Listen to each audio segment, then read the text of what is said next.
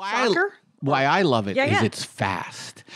I love speed. Like I love football too, but hockey combines like not only, this is such a male hormonal thing, but like I just love that the competitiveness of it is so intense because the speed of the game is so intense. And there's a skill, hockey combines skill and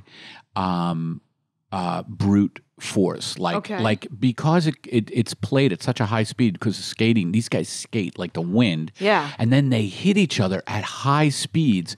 That it's just to me the most exciting sport to watch. The way they can crunch each other, but still make an amazingly beautiful pass. Like you have guys like someone I'm sure you've heard of. He's been long retired, but Wayne Gretzky. Oh, right. Wayne Gretzky, who is probably him or Gordie Howe is considered the best all-time player ever. Usually Gretzky.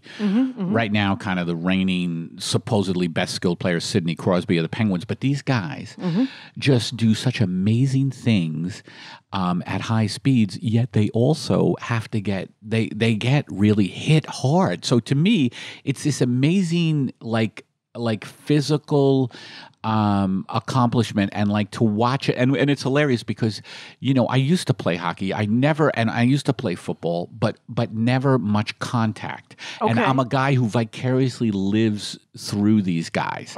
Which is really, I think, what sports is about, like the vicarious living through. You're watching these athletes, and you're you kind of really no, that's a bad word to use, but you project into their fucking bodies, and you're like, you are the star. When I was a kid, and that's a thing that a kid does, and men who haven't grown up like myself, where you still think you're these like when they excel, when your team wins or your team scores a great goal, you're like, holy shit. I think why am I so happy about that is I think it's because I feel like I've done it.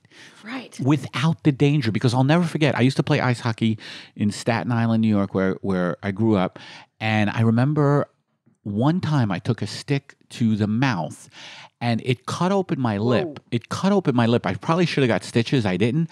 But I remember it was real cold. It was kind of a snowy day. My lip was split open. I had to go home and go to I don't think I got stitches, like I said, but it was nasty. Right. And who needs that? I'd rather watch these other guys. And these hockey players, you see them get interviewed. They don't have teeth.